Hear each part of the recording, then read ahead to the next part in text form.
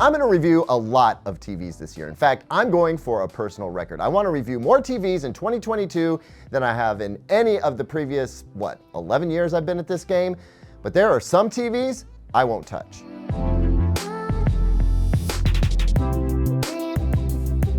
Welcome back, everyone. I'm Caleb Dennison, and before you start rage commenting about how elitist I am, let's first remember we're talking about TVs here, okay? I take them seriously, but not that seriously. But also, this isn't about which TVs are worth my precious time and which TVs are just beneath me. This is really a look at why I choose to review what I review, what it takes to review a TV, and why I really do think that while just about every price class of TV has its place, not all of them need to be reviewed. You know what? I think this is going to be fun. Now, before I dive into it, let's just pretend for a moment that I was going to be the first to review the Sony A95K and Sony Z9K TVs. If that were to happen, what are the top 3 things you'd want to know? I'm here for you in the comments section, like right now. Let me know. And while you're down there, I think you might want to, at the very least, give that subscribe button a good slap, maybe ring that bell while you're at it, because if I were to be the first to publish a legit Sony A95K or Z9K review, I think you'd enjoy being among the first to see it, no? Thank you so much for your support. 1 million subs. Now, let's do this. Okay, to get started, let's talk about which TVs I must review. I feel like it is most important to review the flagship TVs from 5 major manufacturers. That would be Samsung, LG, Sony, TCL, and Hisense. I tend to focus on those brands because they have shown year after year to be at the top of their game. Now, for those of you out there who are like, dude, what about Panasonic? I feel ya. Thing is, Panasonic isn't in the US market anymore, and I can't get those TVs pulled in. It's a bummer, I know. Now, that list can change. Once upon a time, I felt like Toshiba TVs were super important, and TCL wasn't anywhere close to making the cut. And well, here we are now, right? There's a few reasons I target the flagships from those 5 brands. One, it's important to see what the best TVs look like from each manufacturer, so we have a feel for where the bar is set for the year. And from that, we understand, okay, if you want this performance, you're going to need to pay this price. The other reason I like to look at the flagships is because if you are going to spend that much money, I think you should know what you'll be getting and, in some cases, not getting for that kind of investment. It's also with these flagship TVs where we look at the best examples of different technologies, be it OLED, mini LED, micro LED, or this year, QD OLED. Usually only the top TVs get the newest tech, so we want to check those out to see where the industry is going. From there, I like to take as big of a dive in price as I can without sacrificing too much picture quality.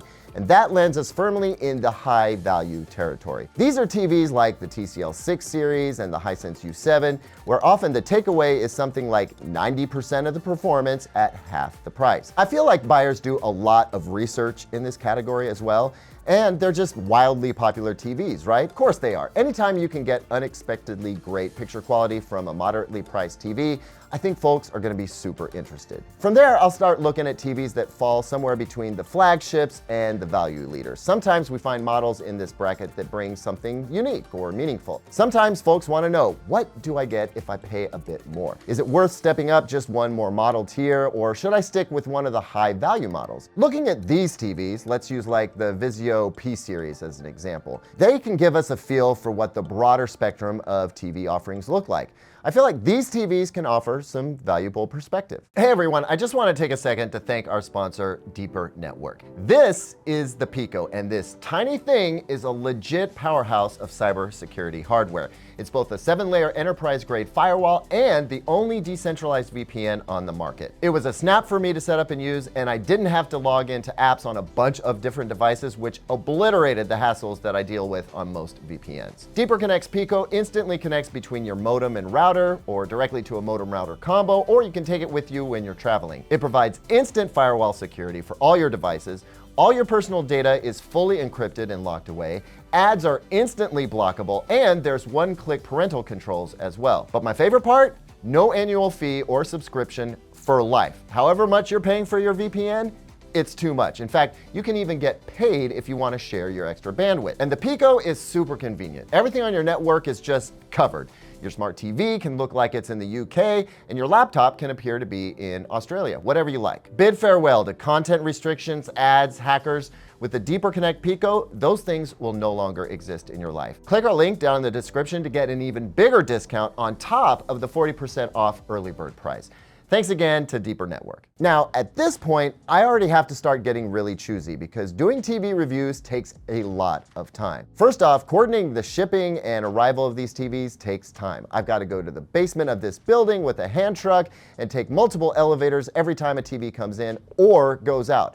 Then there's the unboxing process, for which we shoot video. Then there's the testing/evaluation process, which involves taking measurements, making adjustments, watching lots of content, playing games, and just living with the TV. Then we have to shoot a review video. And then we've got to rebox the TV, which I'll be completely honest with you, is like my least favorite part of this job. Meanwhile, there's a whole website component for all of this that needs attention too. So I'm running out of time and months in the year at this point, and I don't just review TVs either. Sometimes I'm out on assignment covering the first 4K HDR Super Bowl broadcast or shooting custom video series. I'm all over the place. So this far along in the game, I'm probably going to take a look at TVs like the TCL 5 series or maybe the 4 series. Less expensive TVs that offer decent performance, but you need to know what you're giving up, what you can expect out of the TV, and what just isn't going to be there. Plus, to be honest, a lot of folks buy these TVs and want to know if they're about to make a smart purchase. So there's a sheer popularity in numbers aspect there. And that leaves us with cheap TVs, stuff like the Insignia Fire TVs, the lower tier LGs and Samsungs, TVs that only cost a couple $100s. So why won't I review these TVs? Well, to be honest, I probably just don't have time. They're just really low on the priority list. But also, there's not much value to a review on TVs like this because frankly, they're all pretty much the same. They don't get especially bright, they don't really do HDR, most of them don't have local dimming, in fact most of them are edge lit. There's nothing especially impressive about them, and there's very little difference among them, save maybe the kind of smart TV platform they run on. With so little to say, there really isn't much value to a review there. Now, that isn't to say that these TVs don't have their place. I have a 24-inch Insignia Fire TV in my RV because who cares what the TV looks like when you're on the road or camping? I mean, I don't even care that much. In fact, one might question whether I should even be watching TV while camping. Really should get out into nature more. Anyway, get one for your garage, get one for your kitchen, and hey, if you don't want to spend insane money on a purpose-built outdoor TV that can literally stand up to whatever you throw at it, just get a cheap TV that will last a few years and don't worry about it. Also, do your kids care about black levels or hate halo effect when they're watching Paw Patrol? Well, if you train them right, maybe, but no, your kids don't care. Get them a cheap TV if they even bother to watch something other than a tablet. Point is, cheap TVs have their place, just not in my review program. If I'm gonna spend a lot of time reviewing something, I want it to be worth something both for myself and for you all watching out there. So next time, if you ask me in the comments if I'll review the U5000 FXZGA or whatever the heck it is, and I have to say no, I hope you'll understand. With that said, if enough of you ask for a review, I'm probably gonna try and make it happen. After all, you are the reason I'm here. Thanks as always for watching, everyone. I hope you found this video informative and maybe even a little fun to watch.